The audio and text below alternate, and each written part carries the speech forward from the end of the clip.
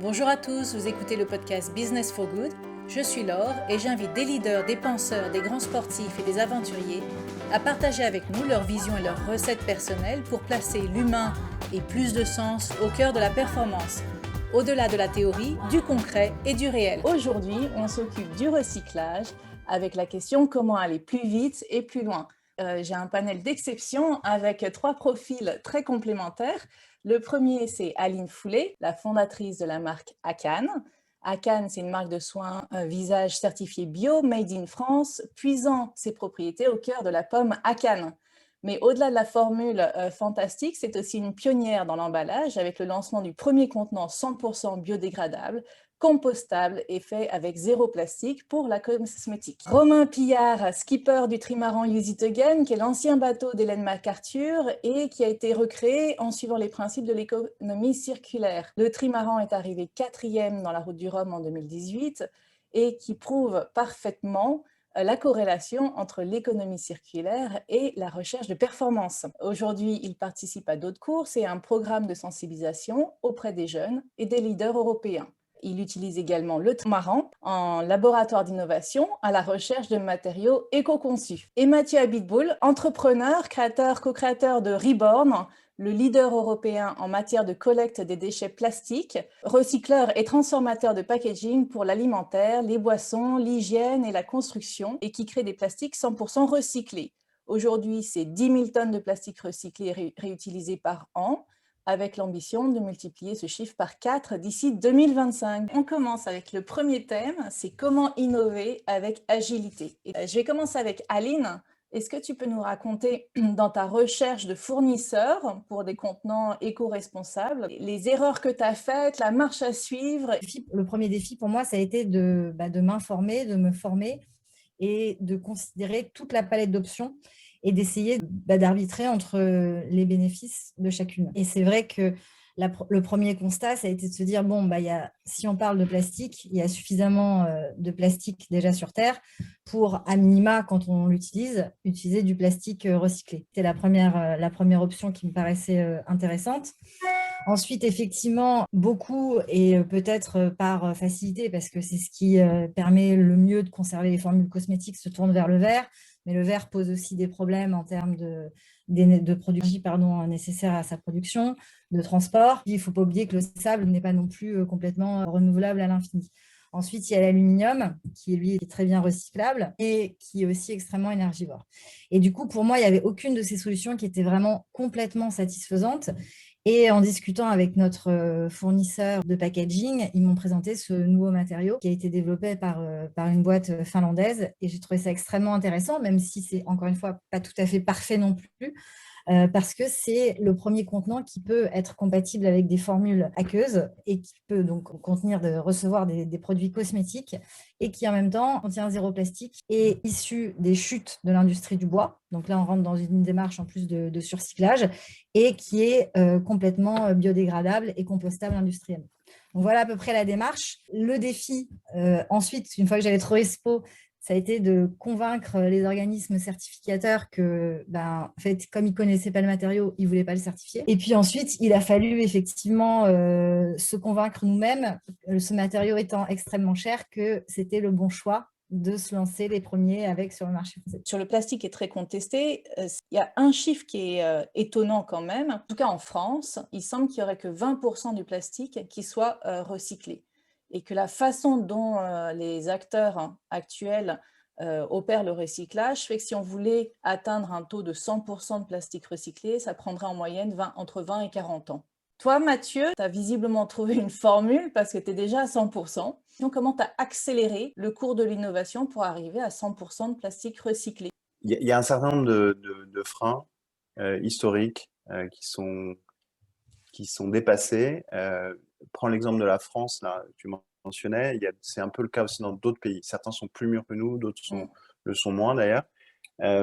Mais en France, l'histoire du tri, ça date de 92, avec un certain nombre de dispositifs poussés par l'Europe déjà à l'époque, puis déclinés dans tous les pays d'Europe. Je ne sais pas exactement si c'est fait tout à la même vitesse, mais en 92, en France, on s'est dit, tiens, on va commencer à faire du recyclage d'un certain nombre de matériaux qui sont recyclables. Donc allons-y, finançons des centres de tri. Ça a été les débuts des écotaxes, éco-contributions, genre les choses éco-emballage qui maintenant s'appellent Citeo. Et ça s'est fait à l'époque. Alors si on critique aujourd'hui, il faut quand même se rappeler que c'était il y a 30 ans et les technos n'étaient pas les mêmes. Ils se sont dit, tiens, qu'est-ce qu'on peut recycler d'intelligent? Toute la filière papier, carton, des technos existaient déjà et le tri était faisable. Des technologies pour séparer de manière efficace les matériaux existaient. Le verre, il y avait déjà un historique de recyclage du verre. Et les plastiques, c'était un peu nouveau. L'industrie du plastique, ça commence dans les années 60, avec les premiers plastiques mis au point, etc. Et les technologies pour trier les plastiques n'étaient pas très au point. Et l'industrie du plastique continuait d'innover, à inventer de nouveaux plastiques, etc. Donc à l'époque, les premières ambitions de l'Europe ont abouti à ce que on commence à trier les matériaux les plus importants. Et là-dedans, il y a eu le PET qu'on connaît, la bouteille d'eau minérale, là, à peu près, de soda, et puis les bouteilles de lait, qui sont un autre matériau plastique qui s'appelle le PEHD. Sauf que on a financé ces centres de tri et après on est resté collé entre guillemets à cette situation-là pendant près de 30 ans. Et donc dans les très mauvais taux, effectivement, que tu rappelais qui sont mauvais, il y a cette historique-là, d'une part, de centres de tri qui ont été équipés pour trier certaines choses et pas d'autres. Ouais, c'est Parce ça. qu'un centre de tri, une fois que vous avez ces machines prévues pour trier ça et ça et ça, si vous voulez trier de nouvelles choses, eh ben, il faut le moderniser, il faut rajouter des choses. Alors la bonne nouvelle, c'est que c'est en train de se passer. L'Europe a mis la pression il y a plus, je sais pas, 5, 6 ans, a dit à tout le monde maintenant comment on fait pour aller plus loin. Et donc, il y a différentes initiatives nationales pour Contri Plus. Voilà, ça c'est pour le contexte général. Nous, on produisait un emballage 100% recyclable, mais qui n'était pas recyclé ou très peu en Europe. Et on s'est dit, bon sang, comment nous, à notre échelle, on peut faire un peu changer les choses. Et on a été voir des gros acteurs importants que je nommerai pas de la filière de la collecte des déchets, et on s'est aperçu qu'il y avait des vrais freins, c'est-à-dire des intérêts qui n'étaient pas vraiment dans le sens du recyclage. Les uns les autres disaient qu'ils avaient des petits sites de recyclage. On a été les visiter, il y en avait, mais c'était rien, c'était vraiment du marketing plus qu'une vraie initiative industrielle. Et donc, il y avait la tentation à chaque fois de la décharge ou de l'incinération. Les plastiques sont malheureusement pratiques pour quelqu'un qui fait de l'incinération parce que ça lui donne du combustible gratuit, entre guillemets. Mais d'un point de vue carbone, c'est catastrophique puisqu'on remet tout ce carbone dans l'air. Et la troisième chose qui était assez dramatique, c'est que la Chine, au sens large, et d'autres pays d'Asie, étaient naturellement demandeurs de déchets parce que n'avaient pas les capacités à être servis avec toutes les matières premières dont ils avaient besoin. C'est vrai pour les plastiques, mais aussi pour d'autres matériaux. Et donc la Chine était devenue une poubelle géante du monde, de l'Europe, des États-Unis, du Japon aussi. Et alors fort heureusement, moi je pense que c'est une très très bonne nouvelle pour l'environnement, c'est que la Chine a fermé ses frontières. Elle recyclait ses matériaux, et on les a transités, c'est une aberration, sur 20 000 km du monde entier, tous ces déchets. Maintenant, la Chine a fermé ses frontières. Voilà. Et donc, nous, notre innovation, c'est quoi? C'est surtout de se dire, OK, on a un matériau recyclable entre les miens. Qu'est-ce qu'on pourrait faire? Qu'est-ce qu'on peut faire à notre échelle à nous pour le recycler effectivement? C'est bien beau de dire recyclable, mais pas recyclé, ça sert à rien.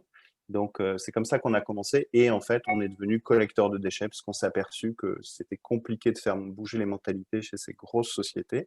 Et donc, on s'est mis à collecter des déchets chez les industriels. On a commencé par là et on est en train d'étendre. Et on a développé aussi les technologies qui permettent de faire, on parlait tout à l'heure, il en parlait de surcyclage, parce que c'est ça aussi l'enjeu, c'est d'arriver à faire un déchet d'emballage, de refaire un emballage X fois. On a des tests qui montrent qu'on peut le faire au moins 8 fois et on va travailler à pouvoir le réutiliser encore davantage. Donc en fait, tu es allé au-delà de ton activité parce que tu es passé de transformateur à collecteur. Voilà, on s'est intégré verticalement pour développer ces maillons de la chaîne. On a essayé de travailler avec les collecteurs, on ne se comprenait pas. Et quand je dis on ne se comprenait pas, ce n'est pas un jugement de valeur vis-à-vis d'eux, mais ce n'était vraiment pas les mêmes mondes. Eux gèrent des déchets de, je sais pas, des centaines, des milliers, des dizaines de milliers de types de déchets. Nous, on vient de la chimie, et donc on leur demandait est-ce que le polymère, il est ceci, il est cela. On ne parlait pas la même langue. En allant dans le déchet, on a un peu mieux compris leur langue et effectivement les complications auxquelles ils sont confrontés. Et on a attaqué par la partie facile, parce que souvent on nous dit oui, mais vous ne recyclez pas encore tout type de déchets, c'est vrai. Mais on s'est dit déjà, commençons par le facile et puis on va aller de plus en plus vers le compliqué. Et donc en 3 ans déjà, on a 25% de l'ensemble de notre production qui a basculé et l'engagement fort effectivement au niveau du groupe, c'est au moins 80% de tous nos emballages 100% recyclés d'ici 2025. Et on dit 80%, on va essayer d'aller chercher les 100%. Pour l'instant, on est en ligne, on investit beaucoup dans le recyclage, à développer des nouvelles technologies qui permettent ce surcyclage. C'est vraiment ça l'enjeu. Il y a eu beaucoup de recyclage des plastiques, de marketing, où on fabrique des bancs publics, des trucs qui sont très épais, très faciles à faire. Donc, même si vous ne donnez pas de mal dans le recyclage, vous arrivez à faire un produit derrière. Le problème, c'est tout l'enjeu, à mon avis, sur recyclage, c'est de faire un pour un. Comme ça, vous êtes sûr que votre déchet, vous pouvez le remettre dans la même boucle. Les bancs publics, on ne pourra pas en faire des dizaines de millions, probablement. Ça n'a pas d'intérêt. Les pots de fleurs, il y a des limites aussi. Donc, c'est pour moi l'intérêt de ce surcyclage, c'est de réutiliser au même niveau d'usage, si possible. Il y a 2 points dans ce que vous dites, en fait. Il y a la recherche du bon matériau et puis il y a être sûr que les points de collecte soient activés et qu'on puisse effectivement recycler, surcycler, comme tu dis. Romain, toi, est-ce que tu as des best practices à partager sur ces sujets-là? C'est difficile. Non, j'ai pas de best practice.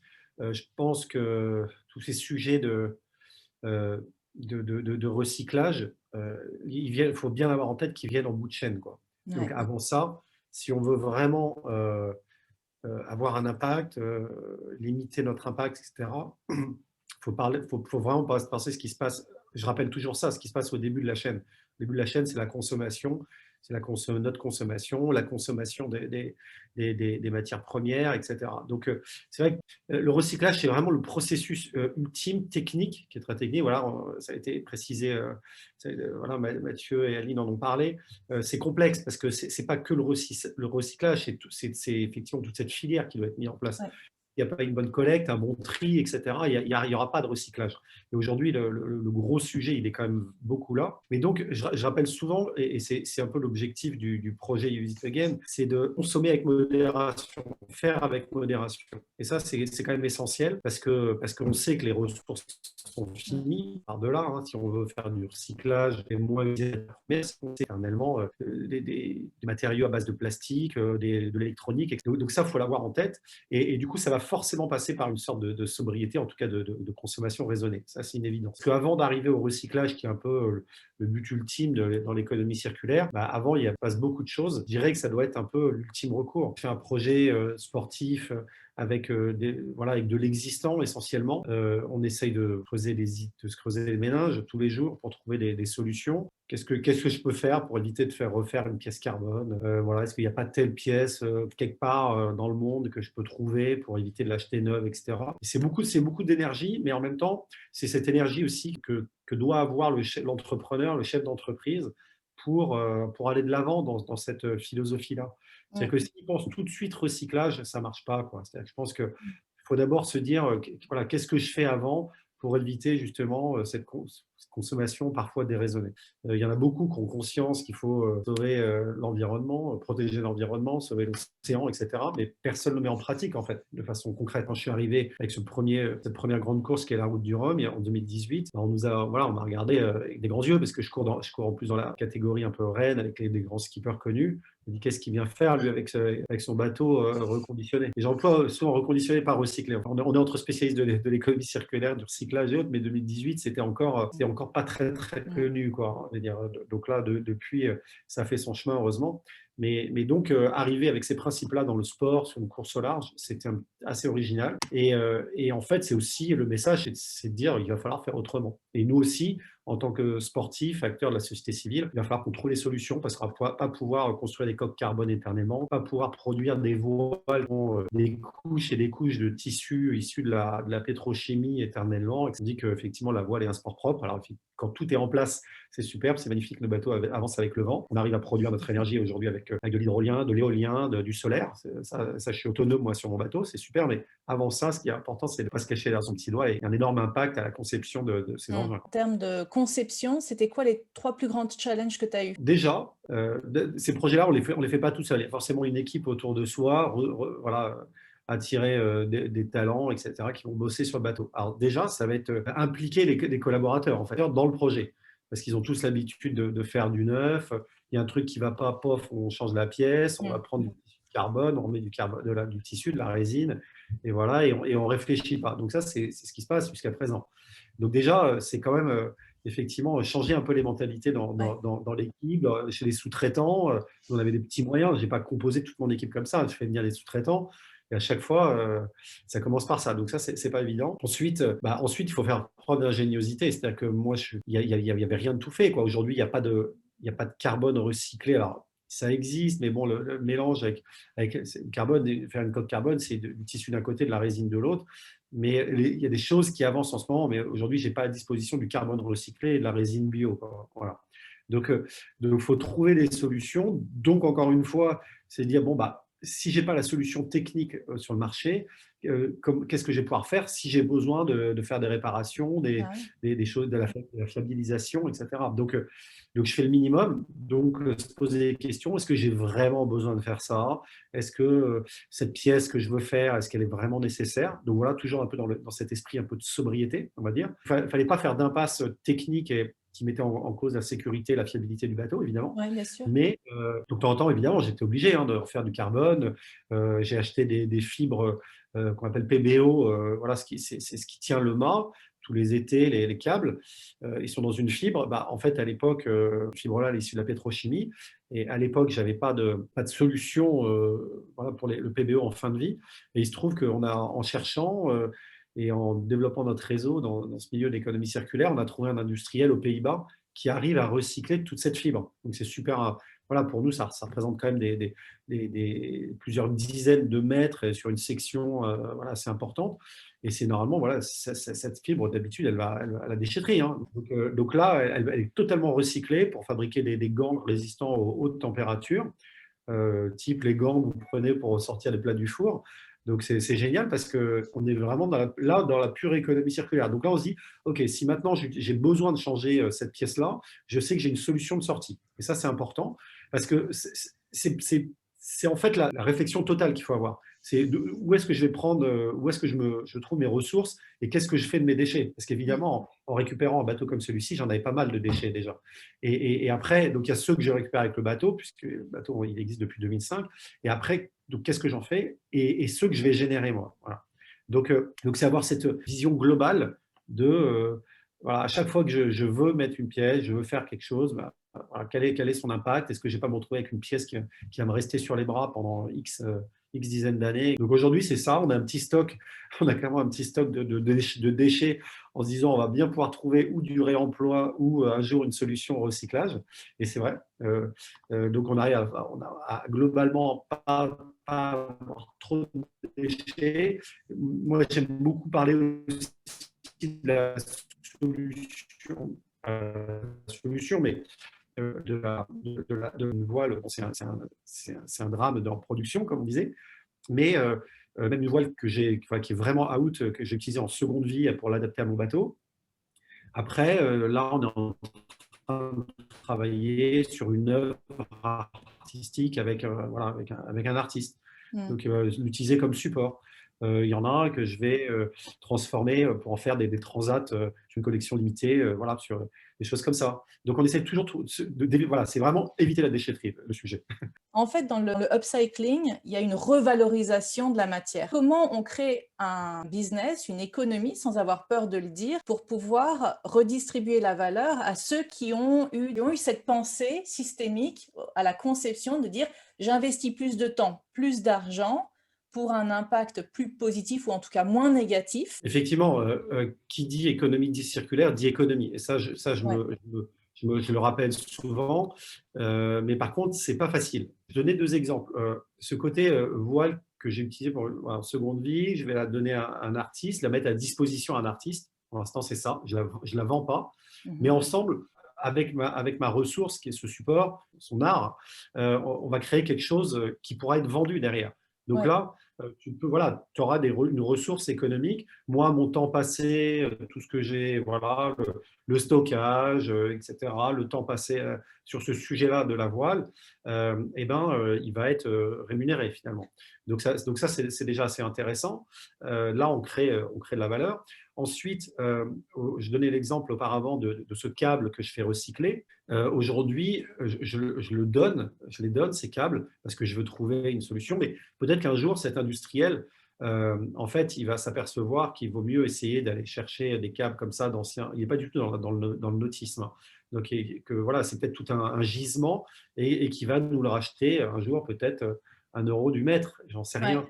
Mais ça va peut-être commencer comme ça. Mais aujourd'hui, ce qui est important, je pense, c'est de, voilà, tu parlais de best practice, voilà, des bonnes pratiques. Je pense que c'est se dire, on trouve la solution et après, on voit. Et je lui ai posé la question, je lui ai dit, aujourd'hui, est-ce que tu le rachètes, le câble?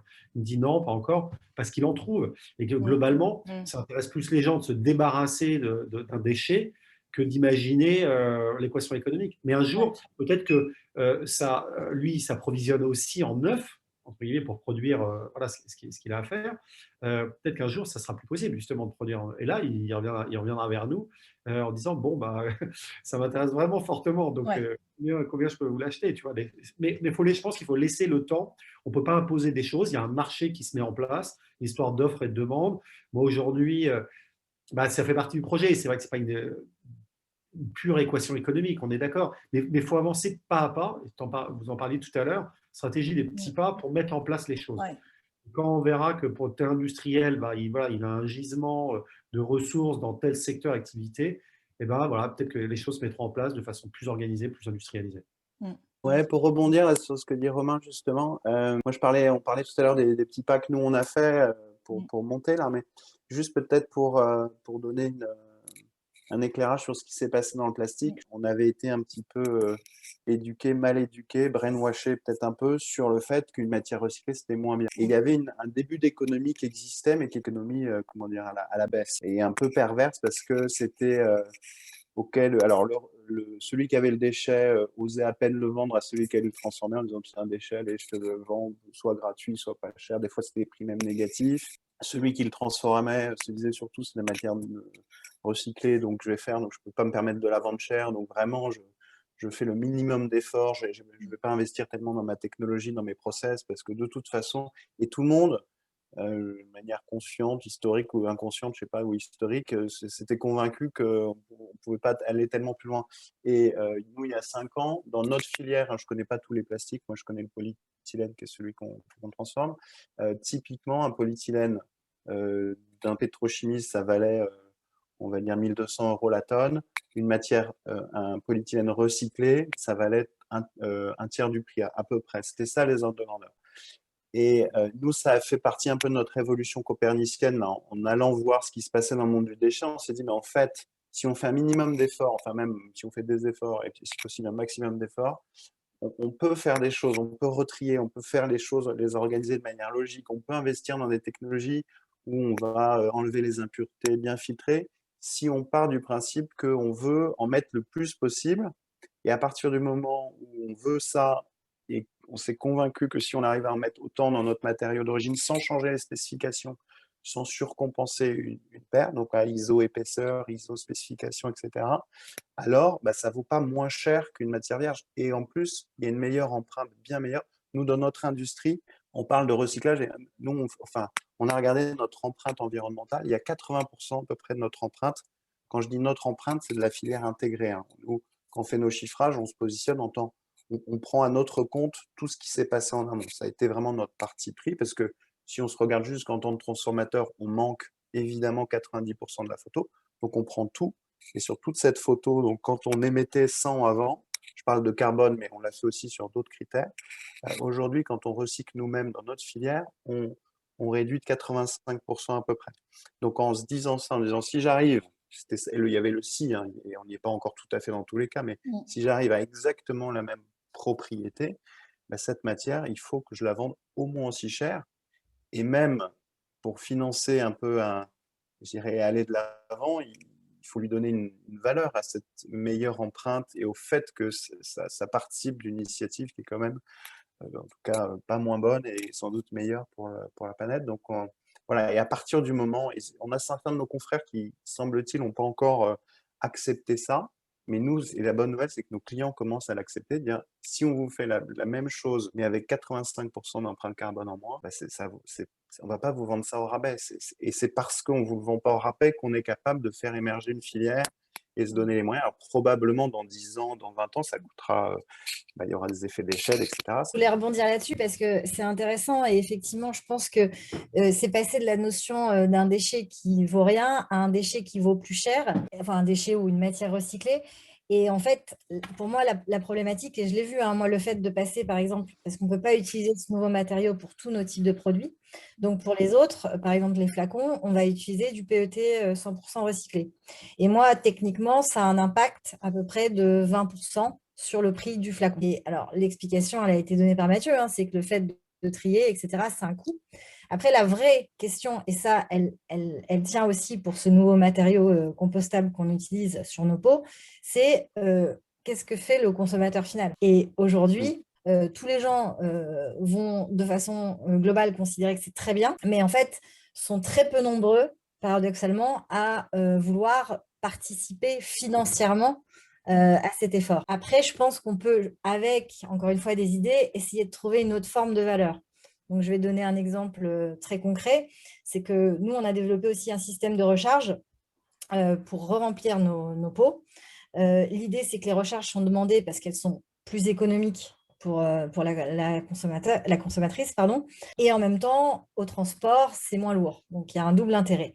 En revanche, le système de recharge qu'on utilise aujourd'hui, c'est des matériaux multicouches, donc qui ne peuvent pas être traités par les filières classiques. Moi, je me suis intéressée à ce que faisait TerraCycle. Et donc, on propose aux consommatrices de récupérer leur recharge vide et de leur envoyer du coup dans un bon d'achat à valoir sur notre site. Et ça, c'est un moyen quelque part de créer de la valeur, de valoriser ce qu'on fait, puisque en faisant ça, ok, on leur offre un bon d'achat, mais on les fidélise. Éventuellement, quand on vend les recharges dans un magasin physique partenaire, elles peuvent aussi s'orienter plus facilement vers notre propre e-shop. Donc, je pense qu'il faut aussi être un peu souple et agile pour pas forcément impacter le prix de façon directe et abrupte, même si c'est une réalité, mais essayer de travailler, de proposer des services qui vont quand même valoriser le temps et les gestes qu'on fait au quotidien. Super intéressant. Sur ce paramètre éducation, qui est à la fois la sobriété de consommation et le mieux consommer, c'est-à-dire faire des choix, investir sur du moins polluant, sur du plus long terme, etc. Il y a deux facteurs que j'ai en tête, c'est l'éducation et les réglementations. En fait, Romain, c'est intéressant parce que tu travailles à sensibiliser deux publics, les leaders et les jeunes. Les jeunes, c'est leurs habitudes, leurs perspectives de consommation. Les leaders, c'est la façon dont ils voient cette boucle économique et qu'ils conçoivent leurs services, leurs produits. En termes d'éducation, comment toi, tu arrives à sensibiliser, à faire des meilleurs choix? Moi, j'ai en tête qu'il faut absolument éduquer nos jeunes à modifier la vision qu'ils ont de l'argent. C'est très compliqué parce que effectivement, toute notre société est quand même basée là-dessus. On est en train d'aller voilà, droit dans le mur. Voilà, et c'est pas la planète qui va être détruite, hein, c'est l'homme hein, qui est en train de s'autodétruire à cause de la vision qu'il a de l'argent. Ça, c'est un truc qu'il faut bien avoir en tête.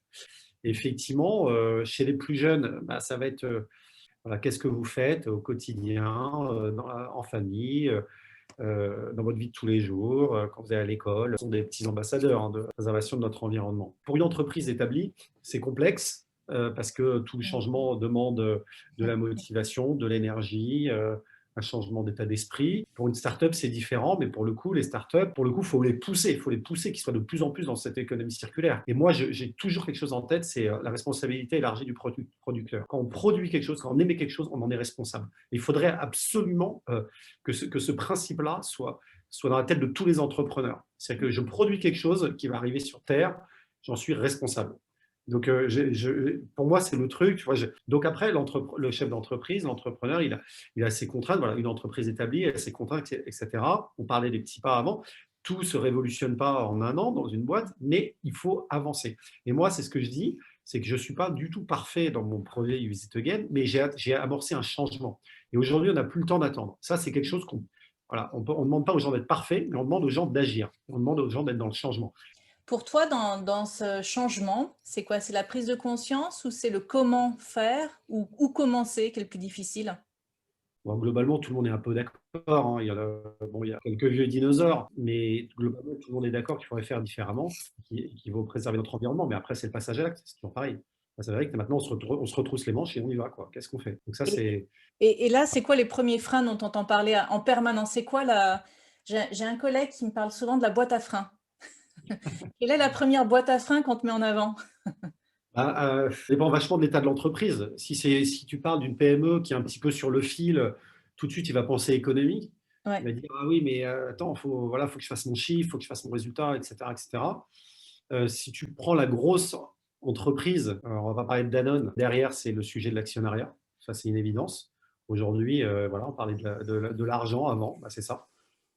Clairement, hein, aujourd'hui, les grosses boîtes, elles doivent cracher et les gros fonds d'investissement et autres sont derrière et leur mettent la pression. Donc, faut pas se mentir, hein. Mm, Donc, tant que tous ces gens-là penseront comme ça, rentabilité directe, court terme, sans voir que justement, le changement peut amener derrière des économies. Ça a été évoqué voilà, tout à l'heure. Donc, Mathieu, sur l'aspect régulation, tu peux peut-être nous aider. Je pense que tu es bien informé là-dessus. Réglementation, c'est très compliqué parce qu'il y en a dans tous les sens. Il y a des exigences contradictoires souvent. Alors, moi, dans l'emballage, il y a cette volonté forte de dire il faut qu'on consomme différemment, il faut que l'emballage demain soit bien plus vertueux. Et il y a une autre injonction qui peut être contradictoire parfois, c'est les enjeux sanitaires, de traçabilité, etc.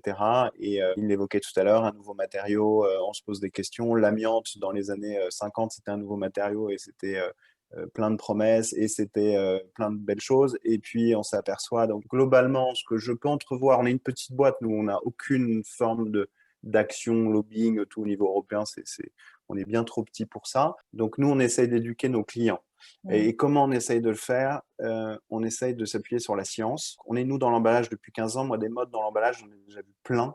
Et très souvent, des grosses bêtises Mm. où c'est quelqu'un qui a parlé un peu plus fort que les autres, qui vend une idée en disant ouais mais moi mon truc il est génial et patatras, on découvre assez vite qu'au bout de 3 ans, au bout de 5 ans, ok il y avait du mieux mais il y avait aussi du moins bien. Et il y a souvent rarement d'un truc qui est parfait de tout point de vue, mais ce qui est important c'est d'arriver à cerner quand même les enjeux et où on met les pieds. Aline disait tout à l'heure qu'elle avait quand même dû vachement étudier le sujet en amont pour pas faire de bêtises. Et c'est vrai qu'assez facilement, on peut prendre des chemins. Et donc, nous, il y a une chose qu'on utilise beaucoup. C'est un nouvel outil développé par l'Europe qui s'appelle la PEF, pour Product Environment Footprint. On en avait dit un mot ensemble, Laure, la dernière fois. Alors c'est c'est un peu un truc de geek de l'environnement. Là, c'est assez complexe, mais c'est hyper intéressant. Donc l'Europe a réuni 300 experts scientifiques de différents secteurs, de l'eau, de l'air, de plein de choses, à essayer de donner, donc déjà de lister des critères qui étaient importants d'un point de vue environnemental. Donc il y en a, je crois, maintenant 18. Donc évidemment, il y a le CO2, mais il y a plein d'autres choses. Il y a tout ce qui est les impacts sur les eaux, sur nos sols, sur la toxicité humaine, avec à chaque fois plusieurs critères qui nous amènent à 18, en disant on choisit pas le critère qui nous intéresse, on essaie d'avoir une approche la plus complète possible pour vraiment cerner l'impact de son produit, justement, dans une logique de responsabilité de celui qui fabrique le produit. Et il y a aussi une pondération. C'est-à-dire, si j'émets tant de carbone, je consomme tant d'eau, à la fin, donc j'ai mes 18 notes entre les mains, qu'est-ce que ça veut dire? Et est-ce que si je fais le produit A, est-ce qu'il est mieux que le produit B? Si j'ai plein de notes différentes, c'est assez compliqué. Donc, ils ont aussi développé un système pour pondérer ces différentes notations et donc à la fin, donner à celui qui produit la possibilité de faire un choix, si possible, éclairé. Donc, nous, on s'appuie beaucoup là-dessus. Donc, nous, on s'en est servi en interne pour expliquer le pourquoi de ce qu'on faisait et se convaincre et être bien tous sûrs en interne, parce qu'il y avait aussi ce changement de mentalité en interne. Et au début, il y avait la boîte à frein, tu mentionnais, qui s'est mise en route. Le recycler sur les lignes, c'est un peu plus compliqué à utiliser, ça sent un peu différent, c'est un peu moins transparent.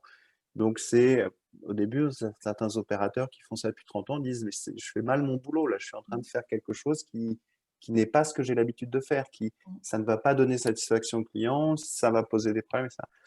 Et maintenant, on a dépassé ça et donc maintenant, tout le monde est je dirais, à fond dans l'initiative. On a redonné sans doute davantage de sens à notre travail, puisqu'on vous fabriquez du plastique à usage unique.